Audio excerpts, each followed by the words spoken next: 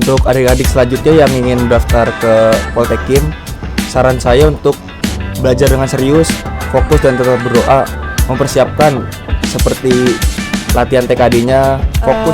Seorang calon taruna maupun taruni itu diharuskan berkewarganegaraan Indonesia dengan pendidikan SMA sederajat. Kemudian ada patokan tinggi badannya untuk pria.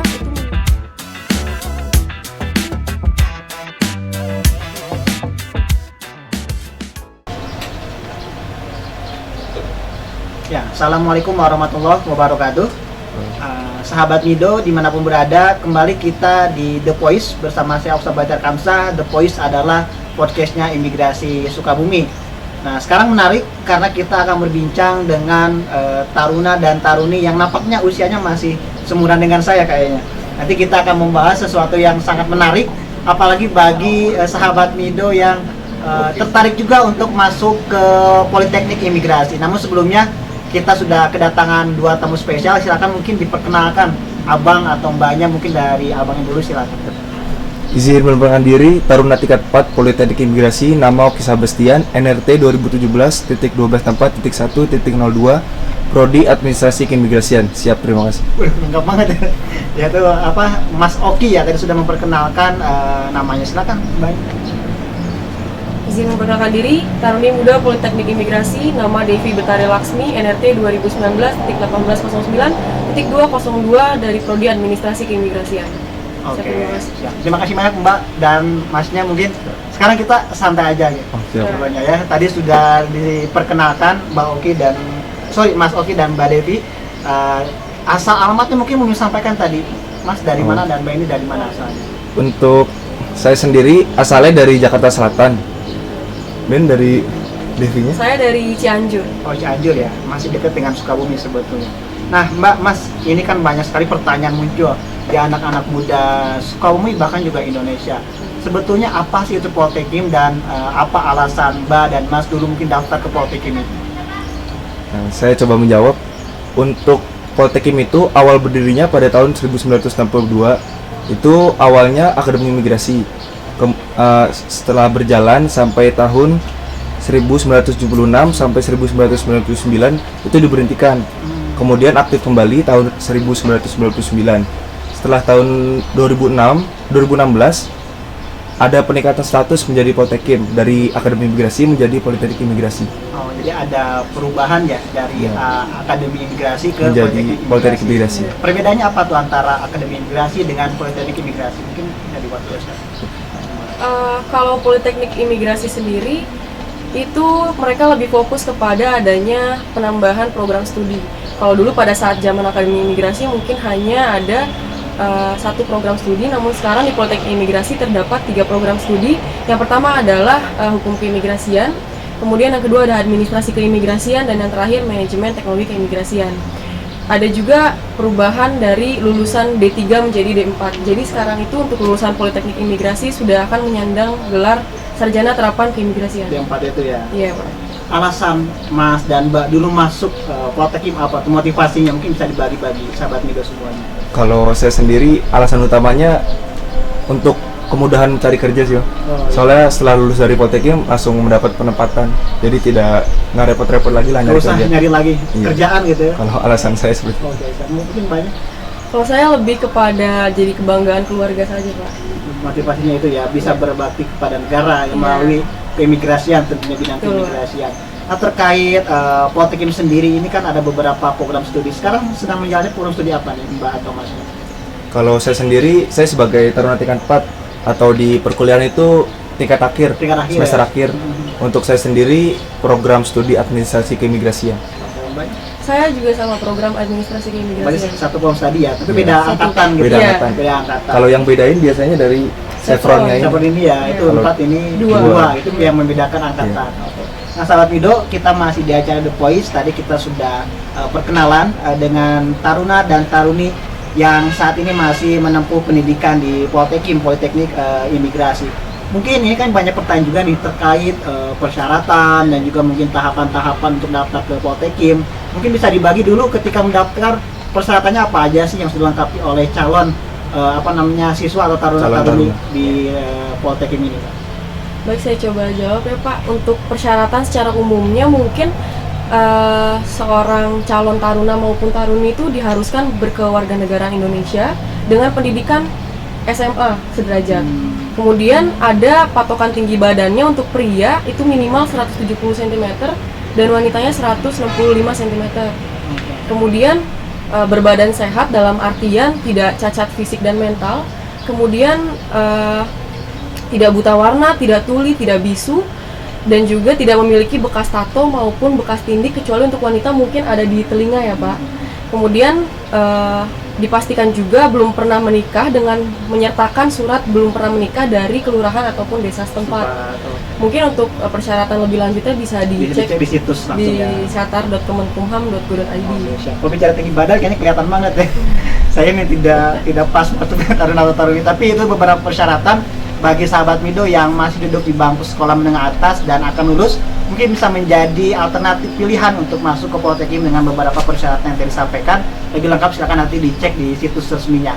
Untuk tahapan sendiri nih, ketika pendaftaran itu apa aja sih yang dilalui dari mulai pendaftaran sampai nanti dinyatakan lulus menjadi taruna atau taruni?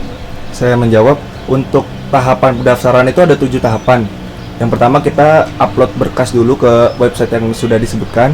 Kemudian tahapan pertama itu ada verifikasi berkas, sekalian pengukuran tinggi badan dan berat badan juga. Kemudian tahapan selanjutnya ada seleksi kompetisi dasar, itu atau TKD. Pertanyaannya mengisi soal terkait TIU, TWK, dan TKP. Dan kemudian setelah SKD ada seleksi kesehatan, kemudian seleksi kesamaptaan. Kesamaptaan itu mencakup kesamaptaan A dan kesamaptaan B.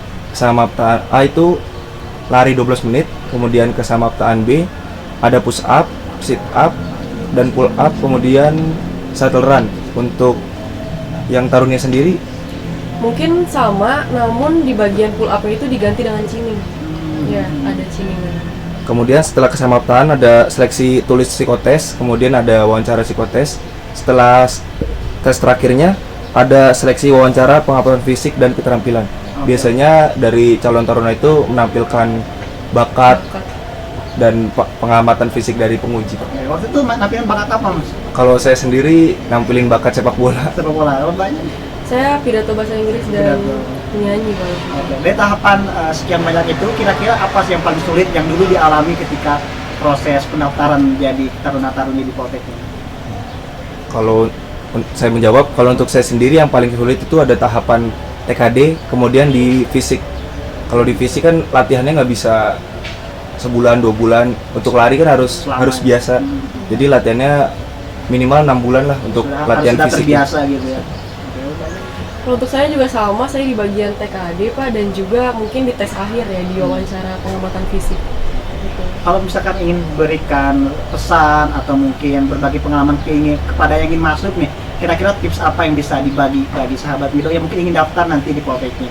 Untuk adik-adik selanjutnya yang ingin mendaftar ke Poltekim, saran saya untuk belajar dengan serius, fokus dan tetap berdoa, mempersiapkan seperti latihan TKD-nya, fokus, nggak usah mikir yang lain. Kemudian untuk tes fisiknya bisa dilatih dari sekarang kalau emang beneran niat mau masuk ke Poltekim. Gitu aja untuk dari saya. Kalau untuk dari saya, mungkin untuk para calon taruna maupun taruni bisa mengikuti seleksi satu persatu dan fokus pada tahap-tahapannya. Selain itu juga seperti yang kita ketahui bahwa di tiap seleksi itu kita pasti membutuhkan banyak tenaga dan pikiran ya Pak. Jadi disarankan juga untuk misalnya satu seleksi nih, untuk menuju ke seleksi selanjutnya itu harus dipersiapkan secara matang, mengingat waktu durasi antara tes itu kan mungkin cukup lama. Kemudian juga jangan lupa untuk berdoa dan meminta restu dari orang-orang terdekat, terutama keluarga. Nah, itu sahabat Mido, tips and trik dari kakak taruna dan kakak taruni ya, abang dan mbaknya tadi sudah disampaikan. Bagi yang nanti punya keinginan untuk menjadi taruna dan taruni di Poltekim juga nanti bisa mengikuti alur dan tahapan yang telah ditentukan. Nah, ini kan selama 4 tahun ya pendidikan itu. Betul. 4 tahun itu kan mungkin banyak suka dan duka yang dialami oleh mbaknya dan juga masnya gitu ya. Apa sih suka duka yang selama ini dijalani selama menjalani pendidikan di Poltekim ini sebagai anak muda? Tentunya kan pasti banyak keinginan-keinginan yang mungkin agak terbatas dengan berbagai aturan yang telah ditetapkan itu. Seperti apa?